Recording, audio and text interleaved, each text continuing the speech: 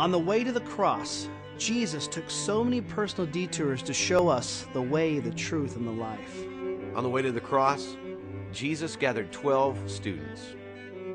Nobody else wanted these rabbi rejects, but Jesus did.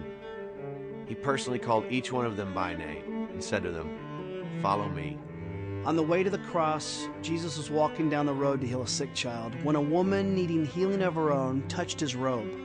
Although he was pressed for time, Jesus stopped and asked the question, "Who touched me?" And the shy, apologetic woman steps out of the crowd and gets the shock of her life when the Son of God made it personal and said, "Woman, because of your faith, you are healed." On the way to the cross, Jesus went out of his way to comfort the hurting family of Lazarus. And Jesus wept. His compassion was astounding, but it didn't stop there.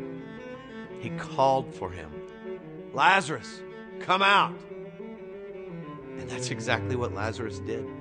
He came out alive and well. Jesus called him by name.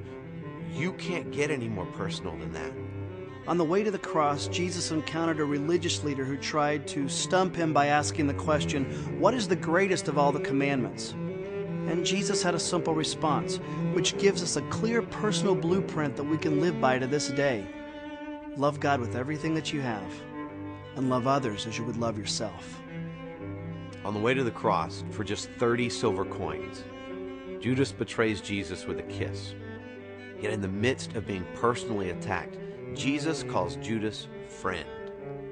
The guards gathered, and the long night began.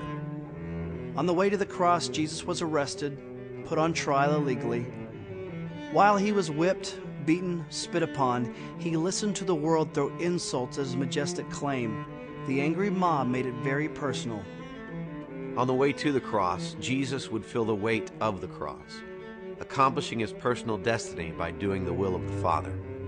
On the cross, Jesus' hands and feet were nailed, yet he personally prayed for those who were hurting him. On the cross, Jesus would hang and suffer for 6 hours. And then he would die. The perfect person, the perfect sacrifice. The cross seemed like a personal victory for those who opposed Jesus. The cross seemed like a personal tragedy for those who followed Jesus. After the cross, they placed his body in a tomb.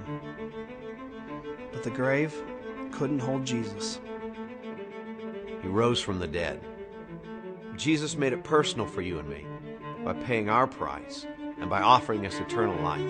Will you let the story of the cross go in one ear and out the other when it comes to the claims of Christ and what he did for you? Or will you make it personal?